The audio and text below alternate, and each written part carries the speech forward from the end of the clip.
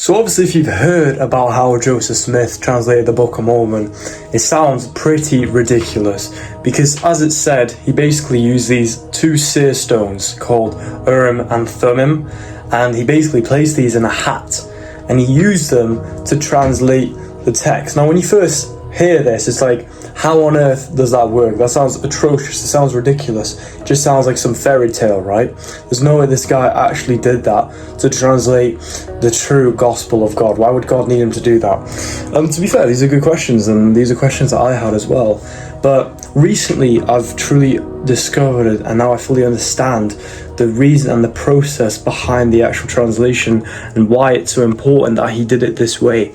So what I want you to do is just do a little exercise with me. So I don't know if you've ever used this feature on your phone, but basically your camera has the ability to, in real time, look at text. If you have an iPhone or an Android, I believe it's on both. But anyway, if you look at text through your camera, you can essentially tap the text and translate it in real time.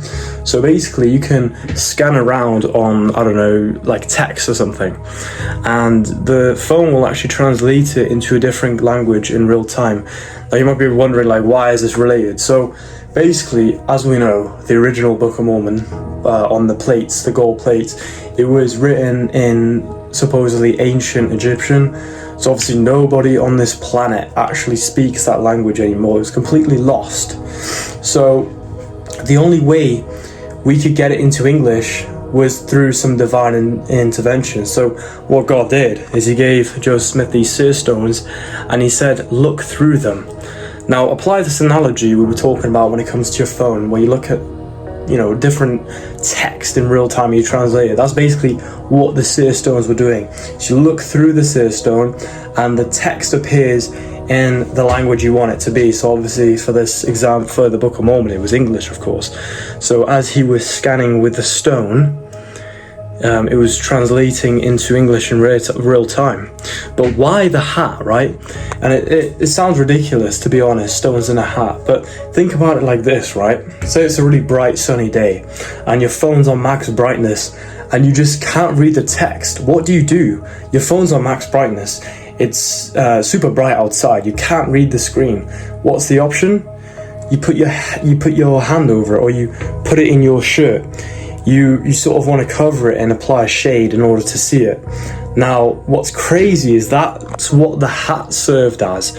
So he would look through the hat, through the stones, and the hat would actually block out the sunlight. So he was able to read what was on the stones, because otherwise, just like on a bright day, it's really hard to read your phone. You can't really see it. So those are basically the purposes of the stones and the hat. And it sounds like a fairy tale, like, I'll give it that. It does sound ridiculous, but I think this is a really good explanation and a really good video for you guys that might be skeptical or might doubt it a bit. Obviously you have to accept that God did help Joseph Smith translate this. At the end of the day, you can't really use science and break it down perfectly through science to explain how he did it. Obviously it was divine intervention, but just how you can't explain Jesus Christ's resurrection through science. It's the same thing here.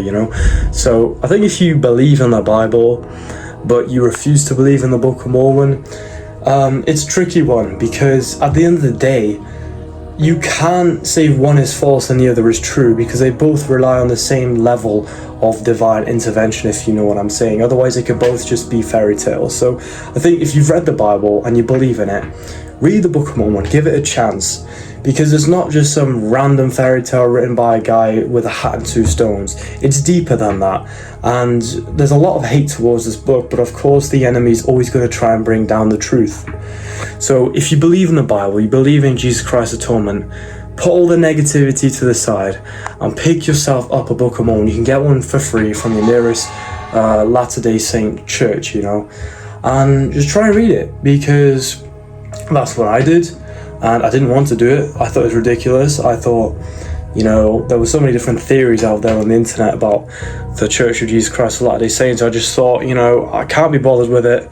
I'd rather not be part of a religion or a church or anything like that. But I prayed about it, and guess what? God was like, you gotta read it, bro. So I read it, and it's changed my life. I've never been closer to God in my whole life. I've never been so disciplined and committed to keeping the commandments. I've never felt God's love so present in my life all the time. And I've never had such a clear vision and purpose of my life here on earth. So I think it's completely changed the way I look at God and the way I look at the Bible and stuff, because before I would sort of do everything out of fear, you know? I don't want to go to hell. But now I found true, deep fulfillment and love in God. Not just from a random book, right?